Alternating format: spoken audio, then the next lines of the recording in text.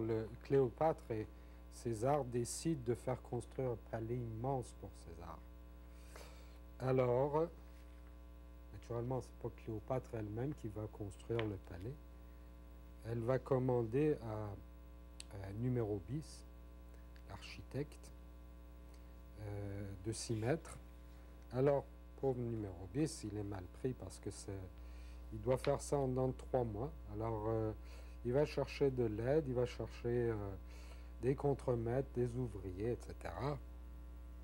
Alors, donc, lui non plus, c'est pas lui qui va fabriquer le palais. Lui va donner des ordres aux contremaîtres, dont son ami Misamplis. Et les Gaulois, Astérix, Obélix, vont l'aider. Et puis justement, Panoramix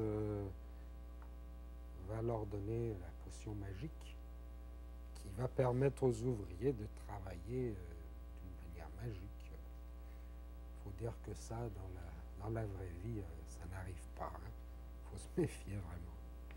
Enfin bref, il arrive à la fin que le produit est fini, le palais, le résultat est là.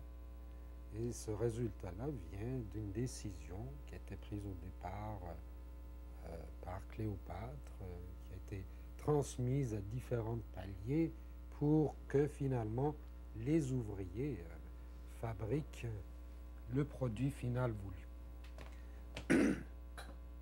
Ça ressemble beaucoup à ce qui se passe dans notre organisme, puisque une bonne partie de nos fonctions hormonales, pas toutes les fonctions, mais une bonne partie tout de même, sont contrôlées par un système qui ressemble un petit peu à ça.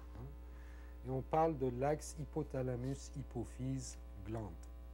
Alors, en quoi ça consiste? C'est tout simplement le fait que, par exemple, le cerveau, le système nerveux central, décide que, bon, il faut promouvoir telle fonction.